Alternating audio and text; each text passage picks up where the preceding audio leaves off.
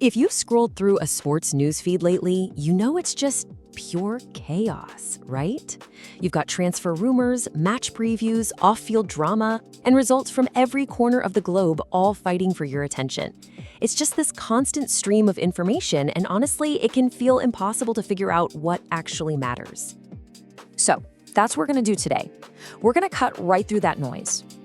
Using just the headlines and stories from a single day, let's see if we can find the real narratives. Okay, let's get into it and figure out what's really driving the sports world right now. And man, this noise comes at you fast. Like, 1 second, you've got a manager like Thomas Tuchel trying to play down the hype around a superstar. And then the very next, you're jumping continents and sports. Suddenly, there's a massive cyclone warning for the Grand Prix in Brazil. And then, boom, a story that has nothing to do with the game itself, but has everything to do with some pretty serious real-world consequences. It's a lot. So let's try to put some order to this chaos. Okay, first up, let's talk about the stories that build all that drama before a ball is even kicked. You know, this is all about the anticipation, the mind games, and the rivalries that get the fans absolutely buzzing. Just take a massive Premier League clash like Spurs versus Manchester United. The entire week leading up to it is basically a chess match. You've got fans and pundits just obsessing over predicted lineups, debating every single position. Is he fit? Who's in form? It's all about trying to second-guess the tactics each manager is going to roll out. And it's wild how the entire narrative can get shaped by just one player. I mean, here we have Manchester United's manager calling one of his own guys a maverick who gets into opponents' heads without even kicking a ball. A quote like that, that's not just praise. It's a headline-grabbing mind game, and it adds this whole new layer of drama to the match. And this kind of pre-game hype isn't just for the men's game. Not at all. The stakes are just as high in the Women's Super League. A huge showdown between Arsenal and Chelsea gets boiled down to one single dramatic question. Could this be the team to finally stop the champs? That question, that becomes the entire story. But of course, sports isn't just about what happens on the field, right?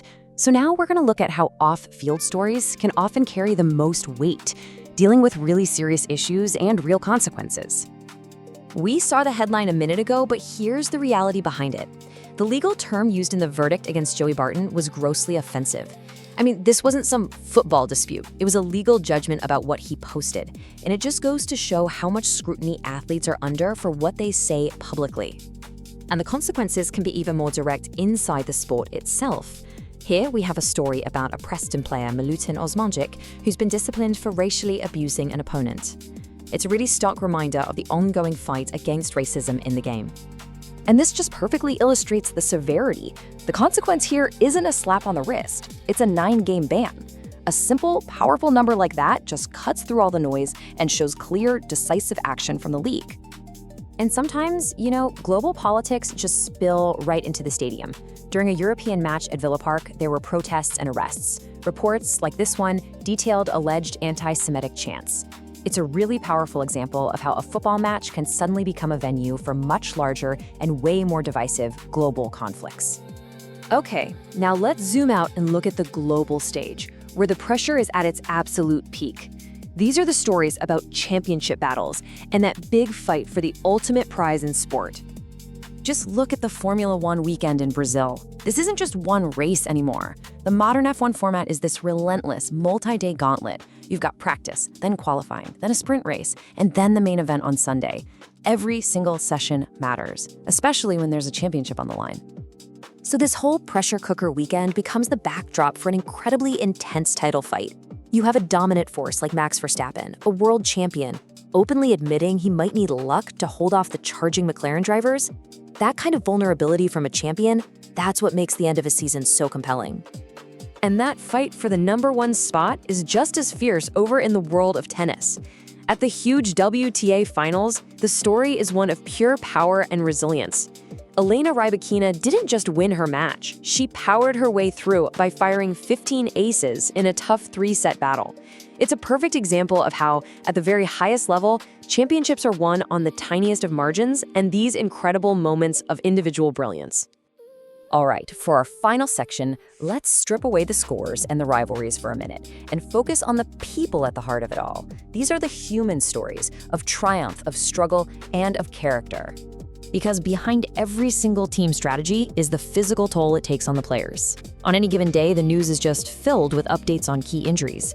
And an empty spot in that locker room, well, it represents a crucial player whose absence could derail a team's entire season. For the biggest clubs in the world, losing stars like Rodri or Isak or Alisson, that's not just a setback. It's the human cost of competing at the absolute highest level. But then, you've got the flip side. Incredible longevity. Pep Guardiola hits his 1,000th game as a manager, and he reflects on what it took to get there. And it's not about tactics. He boils it all down to dedication, passion, and love. And that's the real takeaway, isn't it? Behind all the tactical genius is this powerful human emotion that's driving everything. And that focus on the human element is now a core part of building a team.